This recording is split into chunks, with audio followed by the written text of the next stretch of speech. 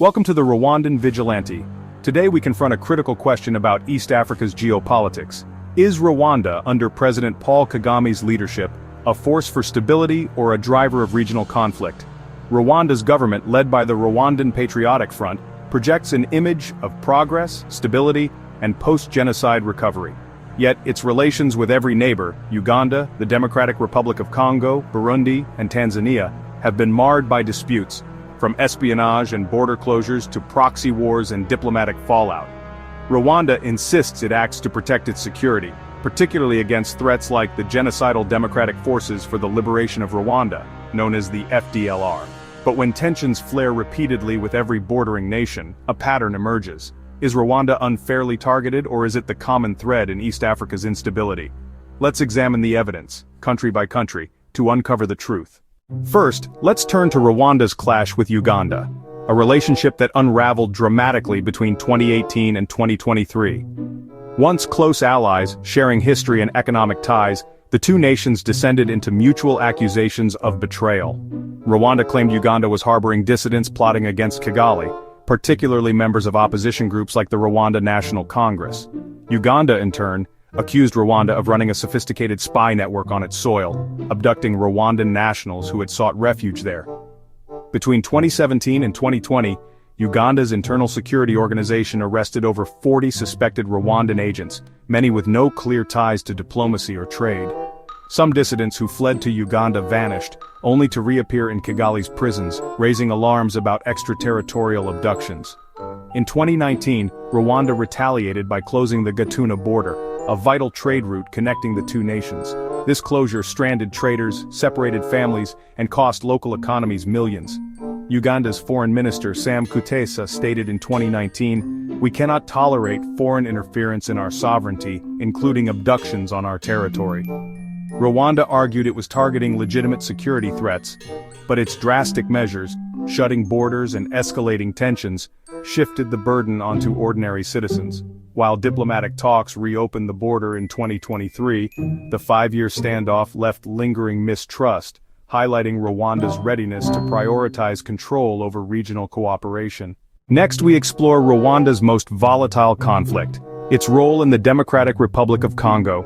The mineral-rich Eastern Congo has been a battleground for decades, and Rwanda's involvement centers on its stated mission to neutralize the FDLR, a militia linked to the perpetrators of the 1994 Rwandan genocide. Rwanda and Congo once collaborated, launching joint operations like Umoja Wetu in 2009 to combat the FDLR. Yet the militia's persistence into 2024 raises questions about Rwanda's motives. United Nations reports, including the 2010 Mapping Report and the 2022 Group of Experts dossier, accuse Rwanda of supporting the M23 rebel group implicated in mass killings, sexual violence, and displacing over 1 million people in eastern Congo. The 2022 UN report explicitly states Rwanda has provided material and logistical support to M23, contributing to instability in eastern DRC. Critics argue Rwanda's actions are driven not just by security, but by economic interests, particularly control over Congo's coltan, gold, and other minerals. Rwanda denies these allegations, claiming its interventions are defensive. However, the scale of displacement, over 1 million people, and the consistency of UN evidence suggest a broader strategy of influence. Congo's weak governance and multiple armed groups complicate the conflict, but Rwanda's alleged backing of M23 has drawn international condemnation, prolonging one of Africa's deadliest crises. Turning to Burundi, we find another strained relationship marked by accusations of political meddling. In 2015, Burundi's President Pierre Nkurunziza faced mass protests over his controversial bid for a third term, sparking a failed coup attempt. Many coup plotters fled to Rwanda, where they reportedly found safe haven. Burundi accused Rwanda of sheltering these individuals, some living openly in Kigali, and even training rebels in southern Rwanda to destabilize Bujumbura's government. A 2016 Burundian government statement declared, "Rwanda's hosting of coup plotters undermines our sovereignty and regional peace." Rwanda denied these claims, asserting it was protecting refugees fleeing Burundi's violent crackdowns. Yet, its refusal to extradite suspects fueled Burundi's suspicions. In response, Burundi closed its border, withdrew from joint security patrols, and severed diplomatic ties. Rwanda's defenders argue it was caught in a difficult position, balancing humanitarian obligations with regional politics. However, its failure to address Burundi's concerns deepened the rift, leaving relations frozen to this day. This episode underscores Rwanda's complex role, offering sanctuary to some while stoking distrust among neighbors, further isolating itself in the region. Even Tanzania, known for its stability, couldn't avoid friction with Rwanda.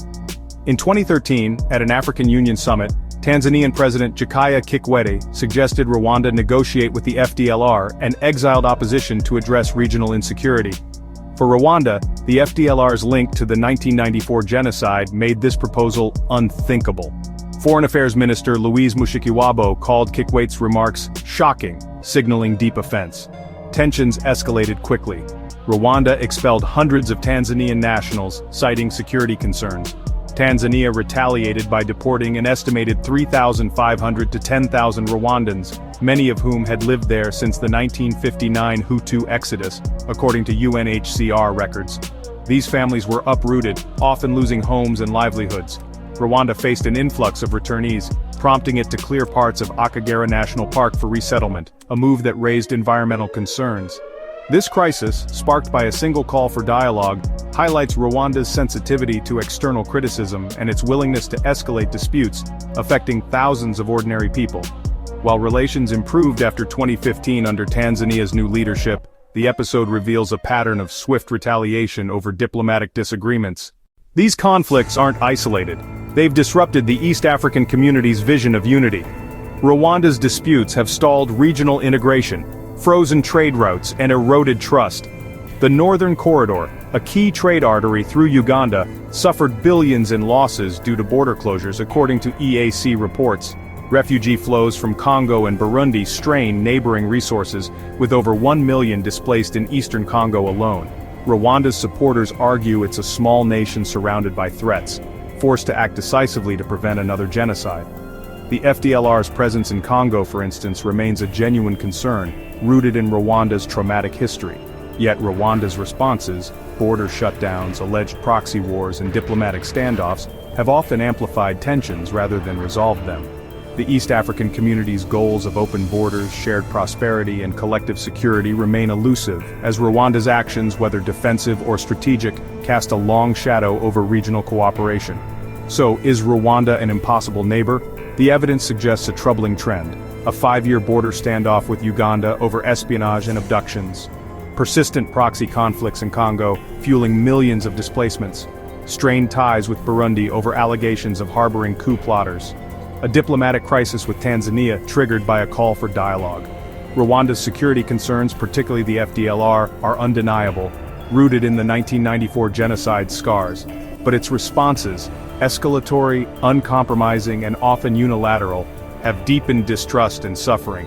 Over 1 million displaced in Congo, thousands uprooted in Tanzania, and billions lost in trade paint a stark picture.